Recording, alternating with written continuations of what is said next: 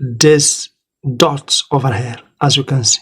1, 2, 3, 4, 5. 5 dots means the 19 volt coming from the input will be distributed to 5 circuits in the motherboard. This one is 3.3 volt, RAM circuit, CPU circuit, the PCH circuit. So in all ceramic capacitors, we have the RAM voltage in a ceramic capacitor, as you can see. And here, this voltage, 1.5 volt divided by 2, equal to the VTT 0.75 volt in network resistor, because this is DDR3. So 1.5 volt in ceramic capacitors divided by 2 equal to VTT 0.75 volt. Hi my friend, welcome back. In this course, I'm going to teach you how to diagnose any failed motherboard step by step using the multimeter. If you watch this video until the end, you will master and understand all causes that cause failed motherboard, shorted motherboard, no power motherboard, no data motherboard, corrupted BIOS, etc. So let's get started. So the first thing to check, guys, is the voltage in the power jack. So of course, sometimes you can find the power jack like this one, or Type C like this one, or just an integrated connector to the board. But the most important for us is to check the input voltage. Is it present or not in both pins? So this is the first step to diagnose any motherboard. The second step, guys, is to locate the switches, the input switches. In some motherboards, you can't just find one switch, but in some, you can find 2 switches. And of course, the charge circuit. And how can we know if this one is charge circuit and those is input switches or not? We find the charge circuit always near to the battery connector and to the input jack. So this is the 2 switches. If we check this one, we have the input voltage B plus 19 volt in both sides, as you can see, and also this one in both sides. Means the 2 switches are good. If you find, for example, that the 19 volt doesn't pass to this side, means you have problem with this switch or the charge IC. But once we have 19 volts in all sides, means the switches are good, the charge IC also are good, and we can even check the control signal here. We have the gate over here, we have 1.5 volt, and the gate for this one is here we have 3.6 volts.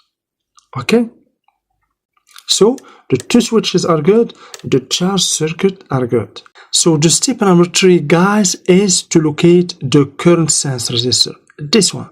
Do you see here? We have R010.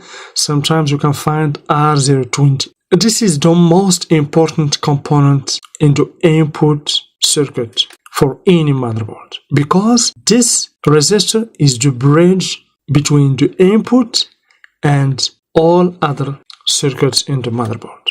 So from here, the B plus 19 volt for this board will be distributed.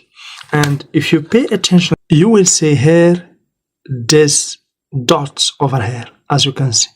1, 2, 3, 4, 5. 5 dots means the 19 volt coming from the input will be distributed to 5 circuits in the motherboard. This one is 3.3 volt, RAM circuit, CPU circuit, the PCH circuit, and the VCCP circuit. So guys, remember, always locate this current sense resistor and check both sides. You have to find the same voltage, 19 volt or 15 volts or sometimes 5 volt, depending on type of the motherboard. Okay, let's move on to step number 4.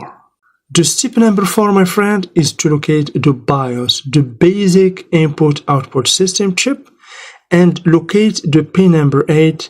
You have to find 3.3 volts. Without 3.3 volt, the chip will not work properly. Thus, the motherboard will be dead motherboard. So guys, I will share with you a very important information that you will hear for the first time. Do you know that inside the BIOS there is a firmware? Yes, all of you know that inside any BIOS there is a firmware. But what is the cause, the first cause behind firmware damage, and why firmware inside the BIOS become corrupted and damaged? And then you have to reprogram the BIOS each time.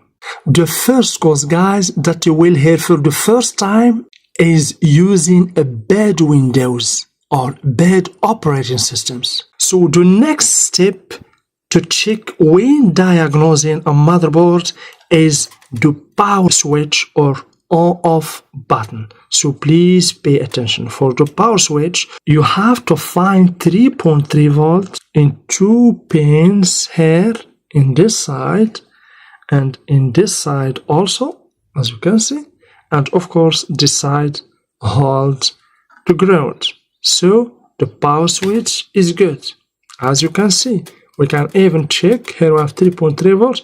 If I press the switch, we have 0 volt. 3.3 volts, 0 volt, as you can see. So the switch works fine. If you didn't find here 3.3 volt, so the motherboard will not work. Okay? After that, go ahead and locate the 3 volt, 5 volt circuit and check if you have 5 volts in one inductor and 3.3 volt in the other inductor. So this is 3 volt, 5 volt. Good. We have 5 volt. We have 3.3 volts. What's next? The RAM circuit. So what we have to check is 2 voltages or sometimes 3 voltages. For the RAM, we have to check the ceramic capacitors above the RAM. We have to find the working voltage. We have 1.5 volt here.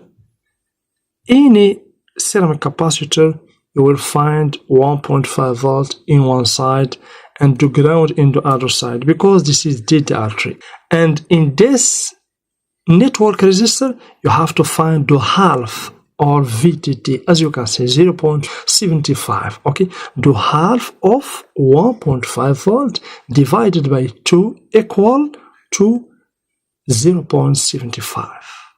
And of course, for this kind of motherboard, we have another voltage here, 1.8 volt. Good. What's next? Of course, we have to find here the voltage for the processor. We have VCC core, okay, plus VCC core for the CPU. And of course, in this inductor, we have 1.05 volt for VCCP. Okay, guys, and of course for the CPU there are many channels, but once we find that the VCC core is present in one channel, means all is good. So here 0.84, basically the VCC core is about or between 0.7 volt to 1.5 volt, depending on type of the processor. And we have the VCCP, as you can see, for buses and for component inside the CPU. So this is it, guys. I hope that you understand this video about how to diagnose laptop motherboards. So you can use this process to diagnose any motherboard. So I hope that you enjoyed the video. Please don't forget to like. Your likes motivate me to create more videos for you in a daily basis.